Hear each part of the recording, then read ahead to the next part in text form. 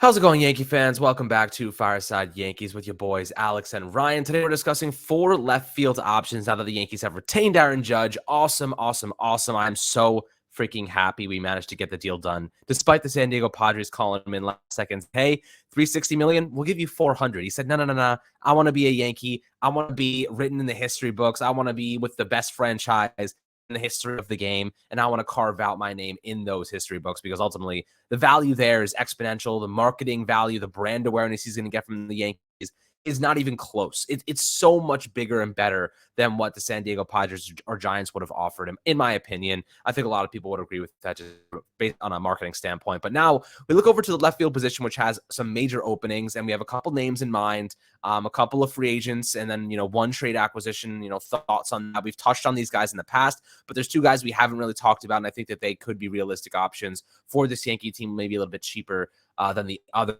but at the same time, still definitely pricey. But I think that there's so much value, so much offensive quality, and some good defensive quality as well.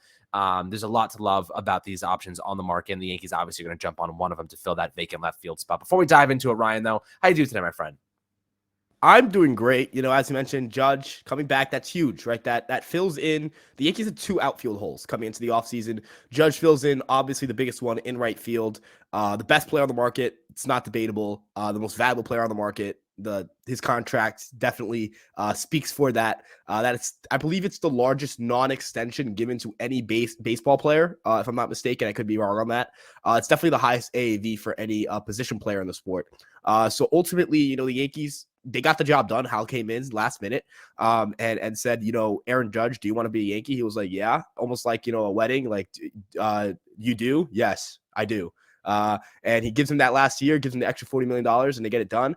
Now he focused on left field. And as you mentioned, the left field market is pretty robust for the Yankees, especially considering the price point they want to be shopping at here.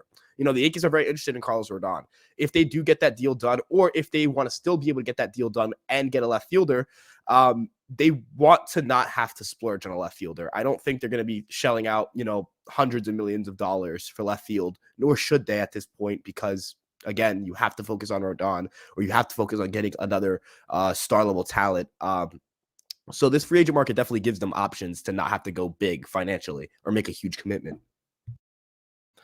Absolutely. So, we'll start off skimming through the guys we've talked about recently. We'll start with Andrew Benintendi. Of course, he's an elite contact hitter. He's good enough on defense. He really would help us in the postseason. Definitely a really great playoff player. But, looking at maybe $15 million per season, you see what the Boston Red Sox gave to Masataka Yoshida. That was Ryan's guy. Definitely sucks for him to see him go to Boston. At the end of the day, Boston's kind of just destroying themselves at this point. So we love to see it.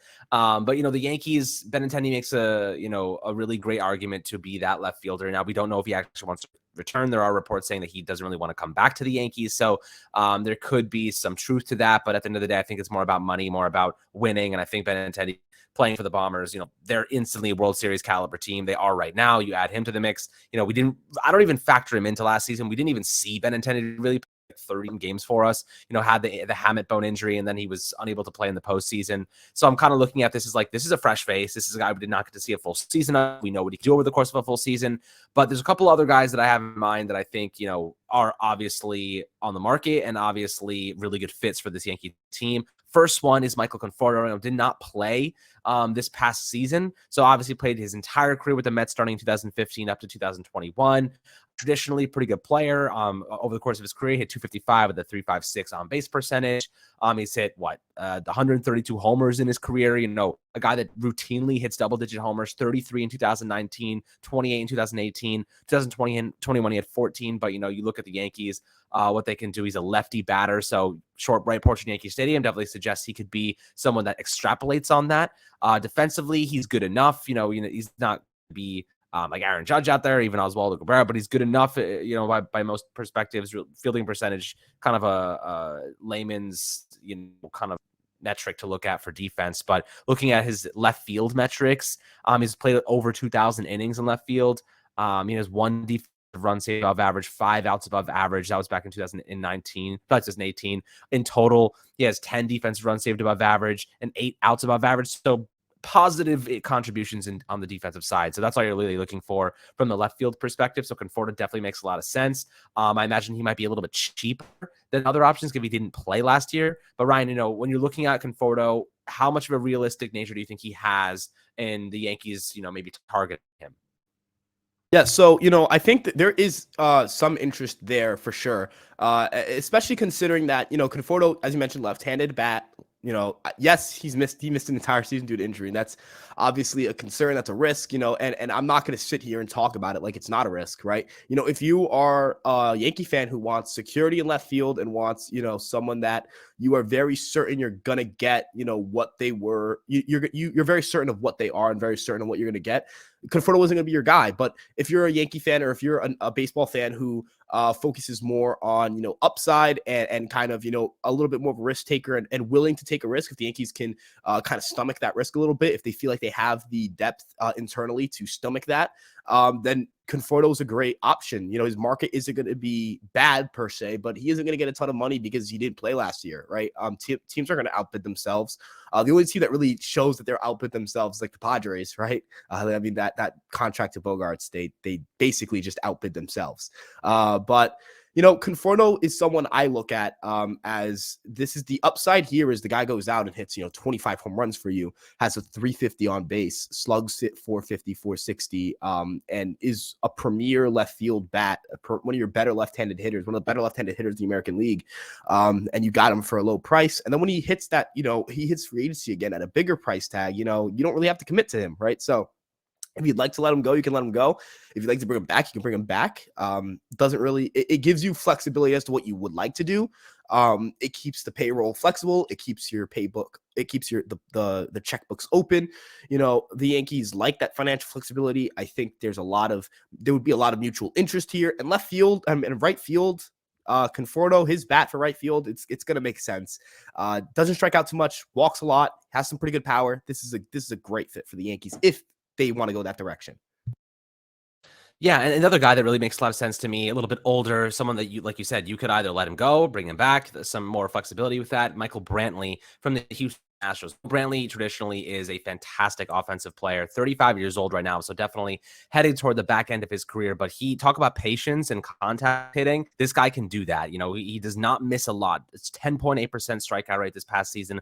Only played 64 games, but as he's gotten older, he's gotten better in terms of strikeout rate. Increasing his walk rate to double digits and 11.2%. Hit 288 with a 370 OBP. Only hit 5 homers. And 8 homers in 2021. But if you actually you can actually look to see on Baseball Savant what that would be in Yankee Stadium.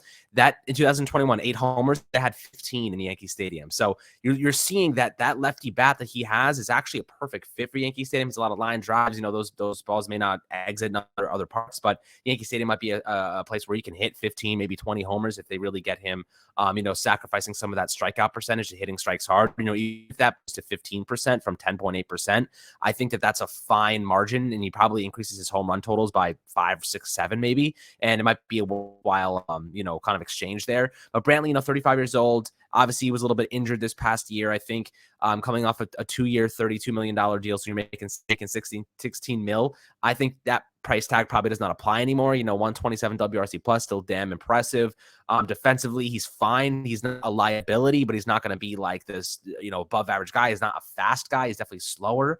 Athleticism is certainly something you'd have to kind of worry about with him. But I will say that his ability to get on base, career 356 on base percentage.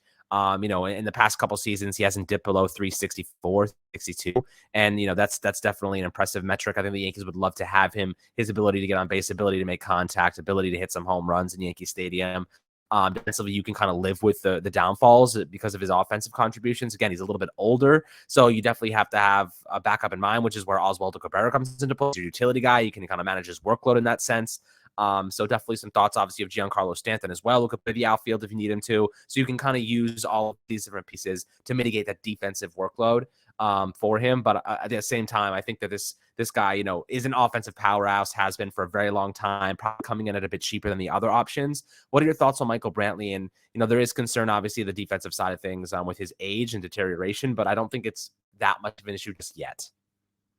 Yeah, so I want to clarify. Brantley, in my opinion, out of the outfielders remaining on the free agent market, at least, and I'm not talking about Nimmo because price tag that's not happening, right?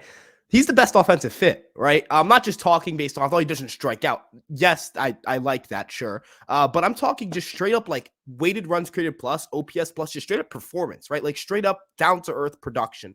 He's probably the best hitter out of Conforto and Benintendi and Brantley. He's probably the best hitter of the three.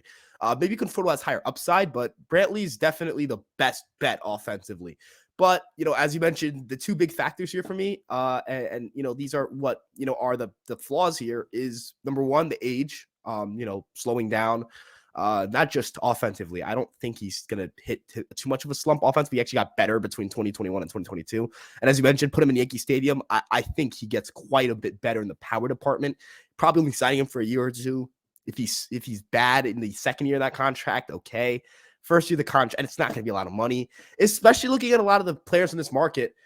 I look at a guy like, I look at guys like Glaber who are like at first like, wow, $10 million. He's got to get rid of that, right? That's now a bargain, right? That is a bargain on this market. $10 million for a 3-win player is a bargain on this market. Michael Brantley is not going to make a lot of money next year. He could be a bargain on this market, but the problem is age. And then number two, the defense. You mentioned, yes, he's actually been pretty fine in left field with Houston, but Houston left field is very comparable to Yankee Stadium in right field. The Yankees stashed away Carpenter and Stanton in right field, not left field, for a very specific reason. There's not as much ground to cover, and it's an easier part of the ballpark to play. Michael Brantley has been put in left field and not right field for a reason. Kyle Tucker plays right field, and that is for a reason. I don't know how Brantley would transition from left field in Houston to Yankee Stadium. I don't imagine it'd be pretty, but then again, I don't imagine it'd be very pretty for Conforto either, coming off of not playing for a full year. So do I put them in the same defensive category? Maybe, because Brantley also has good production defensively in left field, but how does it apply in Yankee Stadium? His bat is great. You mentioned the power would go up.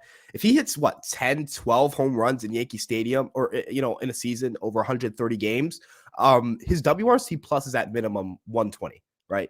A 120 plus WRC plus hitter at the top of your lineup with his on base skills, his great swinging strike rates. I could definitely see this is a player that the upside is 100% there. You're just worried about when he's going to regress and what the defense looks like and how many games he's going to play. But he's definitely still a very solid option at the right price point. Just another risk. Same bucket as Conforto, in my opinion. Great upside. I think they're both better talents than Benintendi is, but Benintendi is the safest one. I know what I'm getting from Benintendi. I know what he'll be next year. And I'm also confident he can add some power at Yankee Stadium. Yeah, like you said, it's the biggest risk. But at the same time, I think the Yankees are going to have to take a risk at one position. If they go and get Rodon, they get Judge, you're going to have to take a risk somewhere, and it's probably going to be left field of all the positions. Maybe they try to make some outfield adjustments and alignment differences. Given the fact that Judge can play center field at such a high level, maybe they're like, let's just put Brantley in right field and move Bader to left field. And then we have center and left locked down. I know it's kind of a crazy thought because Bader is, with his range and athleticism, is the best option in center, but we saw that Judge is more than capable. So it's like, maybe they try to just mesh things up and change it up. And that way you have a lockdown, outfield, and your defensive positioning is still elite at most of those spots. But, the last option here is not a free agency acquisition, it's more of a trade. So, we've talked about him slightly in terms of Pittsburgh Pirates outfielder Brian Reynolds. He requested a trade last week. Everybody knows this. The Yankees have been intrigued. And if you want to go cheap, that's the cheap route. Now he's like $7 million per season. That's bar shopping. $7 million for Brian Reynolds is the best you're going to get. But you're going to have to give up a crap ton of prospects in the process, right? You're talking about Oswald Peraza, maybe Jason Dominguez, maybe Everson Pereira, maybe you're talking about Austin Wells. There's a lot of different prospects that could be included in a perspective for Brian Reynolds. We got 3 years of control. He has free agency in 2026. So you have so much control over him, but at the same time, now you have a hole at shortstop. You have IKF still. You got Donaldson at third. You still got Cabrera. You got Volpe making the transition. So they could stopgap that until Volpe's ready. They could stopgap that with Oswaldo Cabrera if they wanted to. And, Gleyber Torres still at second base. You still got DJ LeMahieu. Tons and tons of different options if Peraza's not in the picture, in the equation. So, Brian Reynolds definitely a really great option for the Yankees. He would plug that left field very nicely. I know he's, we've talked about this. He's not a center fielder. Defensively, he's a liability at times, but his offensive capabilities, he's a switch hitter. He'd crush it in Yankee Stadium. He's an incredibly great, young, talented offensive player with a little bit of upside. He's young. I think he's 27 years old or something like that. He's really young. So, somebody that the Yankees could build around. They would have the best outfield in baseball, even be close. Brian Reynolds, Aaron Judge, and Harrison Bader, you can't even compare. There's no other outfield that's going to compare to that. And at Brian Reynolds' point, they could even go and start and spend a little bit more to acquire another player, in addition to Rodon, in addition to Judge, maybe they bring in somebody else. So, we could see what they do.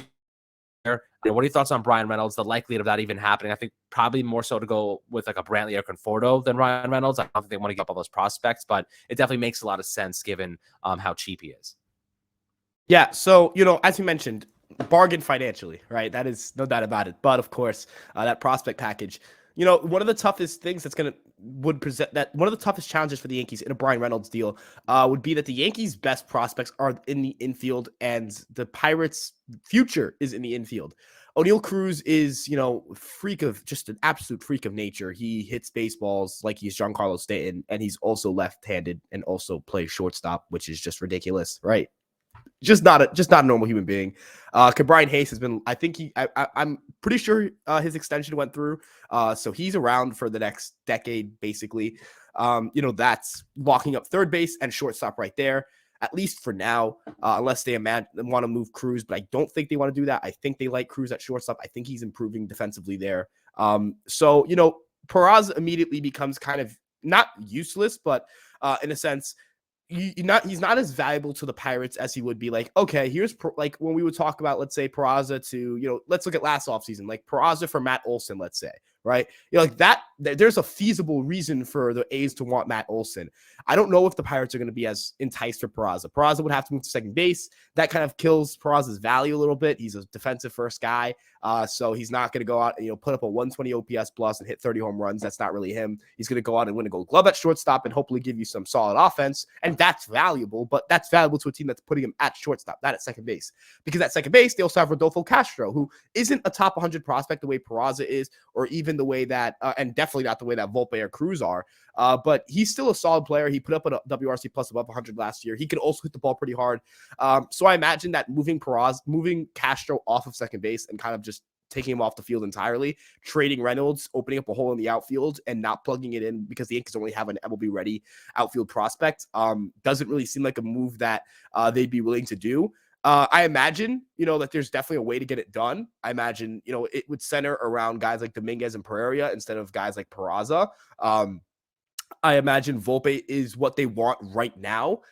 Because Volpe is someone you're willing to say, okay, Rodolfo Castro will try to move you to left field or something, and we'll try it out there.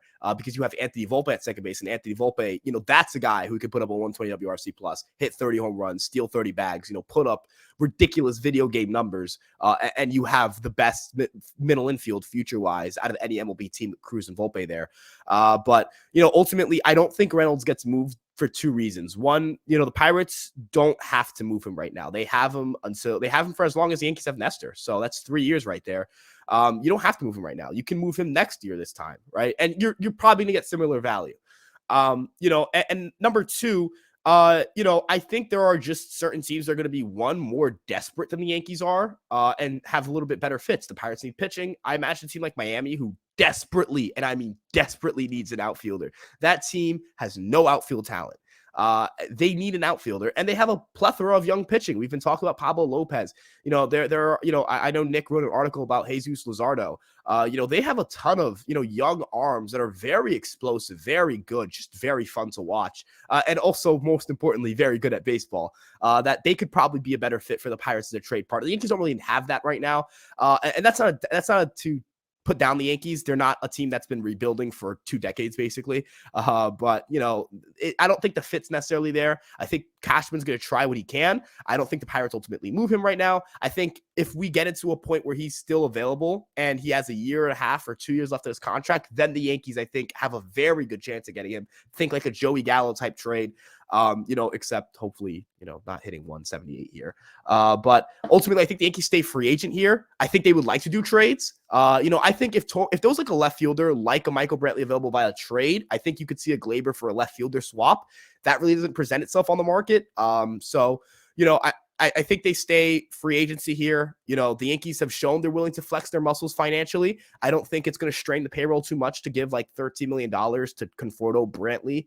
I don't think they're opposed to giving money to Benintendi, and I think that they can still do it and go out and get a pitcher. That's what all the reports have indicated. That's what Hal is kind of shown by giving all that money to Judge, and Cashman has been working the phones and been trying to get a deal done for quite a bit. So, I do feel optimistic the Yankees walk away with one of the 4 guys we mentioned. And I think that we can both agree here. I'd be happy with any of these 4 guys. And I don't see them as World Series champion needle movers, but definitely the good supplemental pieces you need for a World Series championship team, especially now that you have Judge back. Yeah, I mean, anyone better than Aaron Hicks at this point is definitely a step in the right direction, I would say. But guys, I'd love to hear perspectives below on these 4 players. Who would you prefer the Yankees go after? Brantley, Conforto, trade for Reynolds, Benintendi. A lot of great talent here. Obviously offer a little bit of different things, but a lot of lefty bats, which is kind of interesting. A lot of these guys are lefties, if not. So actually, I think all of them are lefties, if not hitter for Brian Reynolds. So that's really interesting, which is a huge bonus for the Yankees in that short right porch. So I think one of these guys has to become Yankees just on that factor alone. They have all these lefty bats, got to capitalize. But always happy to hear your perspectives as well. Make sure to have a fantastic rest of your day. Like and subscribe as always. Catch you guys on the next Fireside Yankees episode.